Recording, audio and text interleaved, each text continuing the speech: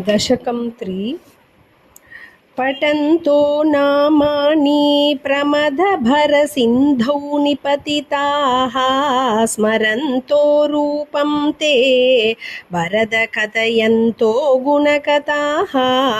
चरन्तो ये भक्ताः त्वयि खलु रमन्ते परममून् अहं धन्यान् मन्ये समधिगत सर्वाभिलषितान् गदक्लिष्टं कष्टं तव चरणसेवारसभरेऽपि अनासक्तं चित्तं भवति पद विष्णो कुरु दयाम् भवत्पादाम्भोज स्मरणरसिको नाम निवहान् अहं गायं कुहचन विवत्स्यामि विजने कृपा ते जाता चेत् किमिव न हि लभ्यं तनुभृतां मदीयक्लेशौघ प्रशमनदशा नाम कियती न के लोकेऽस्मिन् अनिशमयि शोकाभिरहिताः भवद्भक्ता मुक्ताः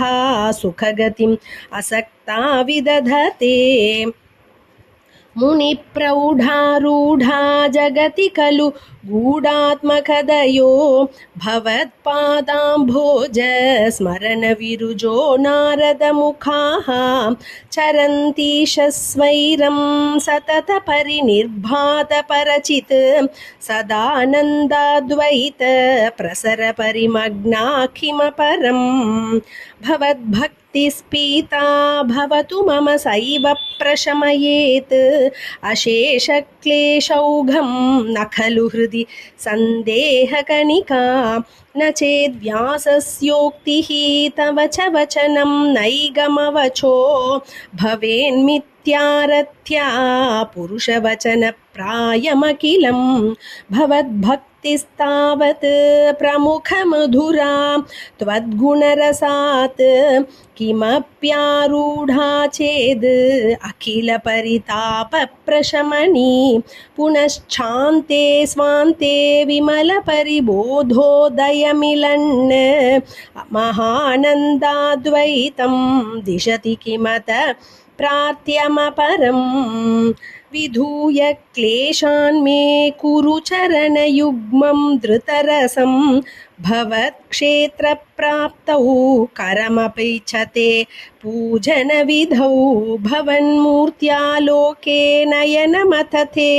पादतुलसी परिघ्राणे घ्राणं श्रवणमपि ते चारुचरिते प्रभूताधिव्याधिप्रसभचलिते मामकहृदि त्वदीयं तद्रूपं परमरसचिद्रूपमुदीयात्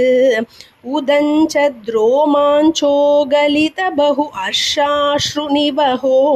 यथा विस्मर्यासं दुरुपशमपीडापरिभवान् मरुद्गेहाधीश त्वयि खलु पराञ्चोऽपि सुखिनः भवत्स्नेही सोऽहं सुबहु परितप्ये च किमिदम् अकीर्तिस्ते मा बूध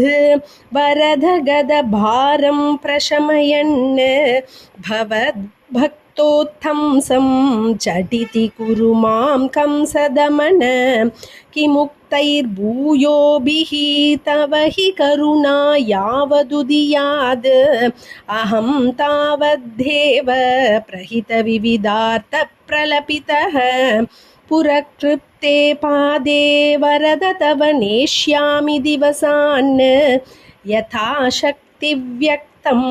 नतिनुति निषेवा विरचयन् श्रीहरये नमः। सर्वत्र गोविन्दनाम संकीर्तनं गोविन्दा गोविन्दा।